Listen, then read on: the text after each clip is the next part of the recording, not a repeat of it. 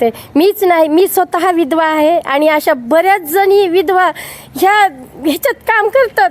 तर कसं जगायचं आणि कसं त्याच्या तेलाने त्या आमच्या लाडक्या भावाला शिक्षण मंत्री दादा भुसेला तेल लावून आम्ही त्यांच्या दारात आंघोळ घालणार आहोत. आम्ही अख्ख्या त्या दिवशी सुट्टीचे पण पैसे काढत होते माझे. आणि महाराष्ट्र शालेय पोषाहार कामगार संघटना फेडरेशनच्या वतीनं या पूर्ण महाराष्ट्रातील 1,70,000 महिला 15 ऑक्टोंबरपासून दिवाळीच्या ऐन तोंडावर या सर्व महिला शालेय शिक्षण मंत्री दादासाहेब भुसे यांच्या मालेगाव या ठिकाणी धरणे आंदोलन करणार आहेत. आणि आज आपल्यासोबत शेतू संघटनेचे महिला वर्ग कामगार तसेच काही पदाधिकारी आहेत.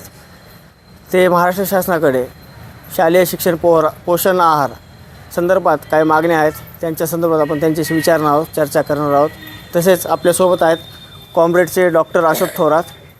सर, आपल्या काय मागण्या आहेत? आमच्या मागण्या ज्या आहेत ह्या मागण्या खूप ज्वलंत मागण्या आहेत, जेणेकरून की ह्या ज्या महिला आहेत महाराष्ट्रामध्ये 1,70,420 महिला काम करतात. आणि ह्या काम करत असताना त्यांना सकाळी 6 ते 3 वाजेपर्यंत त्यांना काम करावं लागतं. त्यांचा 6 तास वेळ त्या कामामध्ये जातो आणि त्या मोबदल्यात त्यांना फक्त 83 रुपये रोज दिला जातो. आणि मग ह्या 83 रुपये रोजामध्ये त्यांना कसा महिना भागवायचा आहे, 2-2,500 रुपयामध्ये महिना कसा भागवायचा हा प्रश्न त्यांच्यासमोर पडत आहेत. त्यांच्या मुलांचं वगैरे शिक्षण आहे, मुलींचे लग्न आहेत, अनेक त्यांना अडचणी आर्थिक त्या समस्यांना तोंड द्यावं लागतं. आणि म्हणून या महाराष्ट्र शालेय पोषाहार कामगार संघटना फेडरेशनच्या वतीनं या पूर्ण महाराष्ट्रातील 1,70,000 महिला 15 ऑक्टोंबरपासून दिवाळीच्या ऐन तोंडावर या सर्व महिला शालेय शिक्षण मंत्री दादासाहेब भुसे यांच्या मालेगाव या ठिकाणी धरणे आंदोलन करणार आहेत. आणि या धरणे आंदोलनामधून या मागण्या मान्य झाल्याशिवाय त्या आम्ही परत येणारच आहोत. जाताना बरोबर आम्ही मनमाडपासून त्या मालेगावपर्यंत 30 किलोमीटरचं अंतर आम्ही पायी चालून जाणार आहोत. आणि म्हणून शासनाला त्यांना त्याची दखलच घेतली पाहिजे. कारण ह्या महिलेचं ह्या आंदोलनाचं शीर्षकच आहे की शालेय पोषाहारची दिवाळी दादासाहेब भुसेंच्या दारात. आणि म्हणून आम्ही आमच्या मागण्या मान्य झाल्याशिवाय आमची दिवाळी असो काही असो आम्ही त्या ठिकाणी जाणार आहोत आणि आमच्या मागण्या मान्य केल्याशिवाय आम्ही तिथून परत येणार आहोत. आता ह्या जे मागण्या आहेत या मागण्यामध्ये संपूर्ण महाराष्ट्रामधून किती लोक येणार आहेत? जवळजवळ 70,000 ते 71,000 लोक त्या ठिकाणी येणार आहेत. संपूर्ण महाराष्ट्रातून पाठिंबा मिळतो आहे का? हा, भरपूर. आमचं जवळजवळ महाराष्ट्रामध्ये 23 जिल्ह्यामध्ये आमचं काम आहे. आणि म्हणून आम्ही नक्कीच 70,000च्या पुढं त्या ठिकाणी सर्व कामगार आमच्या शेतू संघटनेच्या पाठीमागे येणार आहेत. आता आपल्यासोबत इथं आपल्याला दिसत आहेत की वयस्कर आहेत काही, केव्हापासून काम करतात, आपण त्यांच्याशी बोलू. नाव काय आपलं? हॅलो सर, किसन बाबूराव मुठाळ, राहणार धारूर, तालुका केज, जिल्हा बीड. तर मी जवळजवळ 2003पासून शाळेमध्ये खिचडी काम करीत आहे. त्यावेळीपासून आमचा उदरनिर्वाह केवळ पहिले 1,000 रुपये मिळत होते, आता 1,500 झालेत. पुन्हा 1,000 रुपये वाढवले, ते वाढवलेले बिल आम्हाला मिळालेलं नाही. पुन्हा आणखी बिल वाढवलं म्हणजे ते सुद्धा मिळालं नाही. आमचे बिलं वेळच्या वेळेवर आम्हाला मिळत नाहीत, महिन्याला आम्हाला बिलं मिळत नाहीत. त्यामुळे आम्हाला दुसरीकडे कुठंतरी मोलमजुरी करून आमच्या लेकराबाळाला खाऊ पिऊ घालावं लागतं. तर ह्याच्यातच कसं आमचा निर्वाह लागत नाही, म्हणून आम्ही काय करावं ह्याचा विचारात असतानाच आम्ही आता एकच विचार केला आहे की भुसे साहेबांच्या दरवाजावर जाऊन दिवाळी साजरी करायची. वयाच्या किती वर्षापासून तुम्ही काम करतात? वयाच्या 60 वर्षापासून मी तिथे शाळेवर काम करतो आहे. बरं, ठीक आहे. तसेच काही महिला वर्ग पण आहेत, त्यांच्याशी आपण बोलू. मॅडम, नाव काय आपलं? माझं नाव कॉम्रेड मीरा शिंदे. मागण्या काय आहेत? आमच्या मागण्या आहेत की आमचं मानधन वाढलं पाहिजे. आम्हाला फक्त 2,500 रुपये मानधन आहे आणि एवढ्या मानधनात आमचं रोजीरोटी भागत नाही. त्याच्यासाठी आम्ही शासनाला वारंवार सांगतो की आमच्या मानधनात वाढ करा.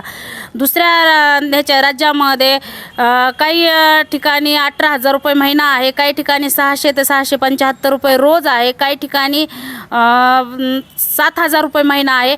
आणि आपल्या महाराष्ट्रामध्ये फक्त 2,500 रुपये म्हणजे फक्त 83 रुपये रोजच आहे. मग असं का? दुसऱ्या राज्यामध्ये तर 18,000 775 रुपये रोज किंवा त्यांना पूर्ण वेळ कामगार म्हणून घेतलेला आहे. मग आम्हाला पूर्ण वेळ कामगार म्हणून का घेतलेलं नाही आहे? आम्ही सकाळी 9 वाजल्यापासून तर दुपारी 3 वाजेपर्यंत आम्ही शाळेमध्ये काम करतो आणि ते लेकरं आमचे आहेत आणि आम्ही चांगलं स्वच्छ सकस आहार त्यांना खाऊ घालतो, त्यांचे टॉयलेट साफ करतो.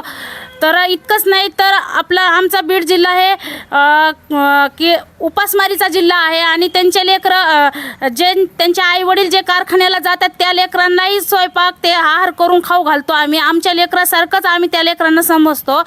तरी पण शासन आमच्याकडे लक्ष देत नाही आणि शासनाने ते 2,500 रुपये म्हणजे 83 रुपये रोजामध्ये आम्ही कसं भागवायचं. आमच्या ह्या सगळ्या खिचडी कामगारामध्ये तर जवळपास 60 ते 70% तर विधवा परितत्या, घटस्फोटित, दलित, OBC, गरीब घरातील गरजू महिला आहेत आणि हे आमचं कुटुंब कसं भागवायचं.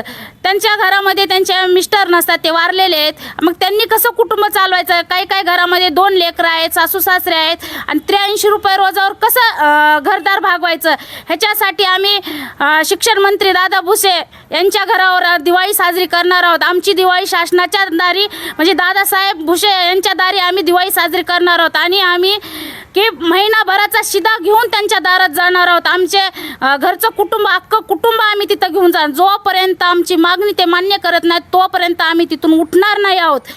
कारण त्यांनी आम्हाला भाऊबीज म्हणून बी देऊ म्हणले होते 2024ला. 5 सप्टेंबरला आम्ही आझाद मैदानावर मोर्चा नेलेला होता. त्यावेळेस त्यांनी आमची मागणी मान्य केली होती की आम्ही तुम्हाला भाऊबीज म्हणून देऊ. पण 2 वर्ष होत आले, त्यांनी 1,000 रुपये मानधन वाढ केलेली ती पण दिलेली नाही आणि भाऊबीज पण दिलेली नाही. म्हणून आता आम्ही बिब्याच्या तेलाने त्या आमच्या लाडक्या भावाला, शिक्षण मंत्री दादा भुसेला तेल लावून आम्ही त्यांच्या दारात आंघोळ घालणार आहोत. आम्ही अख्ख्या महाराष्ट्रातल्या महिला आम्ही तिथं मोर्चाला घेऊन जाणार आहोत. जोपर्यंत आमच्या मागण्या मान्य होत नाहीत तोपर्यंत आम्ही तिथून उठणार नाहीत. आत्ता मॅडमनं जसं सांगितलं की पूर्ण कुटुंब घेऊन जाणार आहेत, शिदा घेतील, तरीसुद्धा आपण अजून काही इथं महिला आहेत. तुमचं काय प्रतिक्रिया? माझं नाव कौशल्य शिंदे. मी सरस्वती विद्यालय धारूळ इथे 2003 पासून खिचडी करते. तेव्हापासून आम्हाला 700 रुपये रोजापासून 25 रुपये रोजापासून काम केलं आहे मी तिथं. आणि ज्या दिवशी सुट्टी त्या दिवशी सुट्टीचे पण पैसे काढत होते माझे. आणि आता तरी आम्हाला 2,500 झाले. तर तुम्ही विचार करा साहेब, 2,500 रुपये महिना म्हणजे तुमचा 1 दिवसाचा बाजार येतं आहे का त्याच्यात. ह्याच्याहून तुम्ही पण शिक्षण अधिकारीत पण घरदार चालवितात ना, आमच्याकडेच लक्ष कसं देत नाहीत तुम्ही. आम्ही इतके गरीब माणसं, आम्ही इतके 2,500 रुपयामध्ये घरदार भागवायचं. 2-3 लेकरत मालकत आमचे मालक बांधकाम करते, ते पण कष्टाचा धंदा आहे. आता त्यांना पण ते कामधंदा एवढा होत नाही म्हणजे वयाच्या आहे ना. आता आम्ही फक्त खिचडीवर आहेत. आम्हाला दुपारी कोणी शेतामध्ये काम देत नाही. शेतामध्ये कामाला गेलं तर 11 वाजता बाई जाऊन 5 वाजता येते, 300 रुपये रोज घेऊन येते. पण आम्हाला ते पण होत नाही. कारण का आता आम्हाला हे आम्ही आमचे स्वतःचे लेकरं मोर्चाला जर जायचं तर आम्हाला शाळेच्या लेकराच्या खिचडीची बराबरी करून जावं लागतं या. म्हणजे का तर ते पण आमचेच लेकर उपाशी मारून शिने आम्हाला जाता येत नाही तिथं बी. मग आमच्या घरच्या लेकरासाठी आम्ही तिथं जावं आणि त्यांचे लोकांचे लेकरं उपाशी ठेवावं हे काही बरोबर नाही. म्हणून आम्ही आता दिवाळीच्या टायमाला ह्या भावाकडं नाही जाता त्या भावाच्या दारातच दिवाळी साजरी करणारच. आणि त्यांनीच आमचा निर्णय घ्यावा. कारण का तर ते पण आमचे भाऊच तर भावाला जशी बहिणीची कीव येईन तशी त्यांना पण आमची कीव येऊ द्यावा. येरी जरी नाही तरी रक्षाबंधन, दिवाळी ही भावाच्या दारात असते या, असं म्हणते मी. माझं म्हणणं एवढंच आहे की आम्हाला 2024 पासून 1,000 रुपये वाढ म्हणून आम्ही खुशीच झालोत. आता 25 चालू झालं तरी पण आम्हाला 1,000 रुपये सुद्धा वाढ नाही आणि दिवाळीचं सुद्धा नाही. आता सख्खे भाऊ तर विचारित नाहीत कुणी कुणाला, पण तुम्ही तरी भाऊ होऊनशिनी आमच्या पाठीमागं उभा राहा. आमच्या कष्टालाच आम्ही काय तुम्हाला ही दान मागत नाहीत अगर काही नाही. आम्हाला कष्टाला आमच्या हाताला कष्ट दिलं तसं आमच्या हाताला मेहनतीसारखं काम द्या, एवढंच आमची म्हणणं हे या. आमचा पगार वाढवा, ह्याच्याशिवाय काही नाही. एवढे आमचं विनंती, कळकळीची विनंती आहे. आता या मॅडमनं जसं सांगितलं की शेतकरी मजूर महिलांना 300 रुपये रोज मिळतो, पर ह्यांना 83 रुपये रोज मिळतो. तशाच अजून काय महिला आहेत त्यांच्या पण आपण प्रतिक्रिया घेऊ. माझं नाव मुमताज आहे आणि मी खिचडी शिजवते. 83 रुपये रोजामध्ये माझं काहीच होत नाही. लेकरं आहेत माझे छोटे छोटे आणि पाहुणे रावळे आले तर एकमेकाच्या तोंडाकडे बघावं लागते. मीच नाही, मी स्वतः विधवा आहे आणि अशा बऱ्याच जणी विधवा ह्याच्यात काम करतात. तर कसं जगायचं आणि कसं मरायचं. मला जास्त बोलता येत नाही. मी एवढंच बोलून मी 2 शब्द संपवते.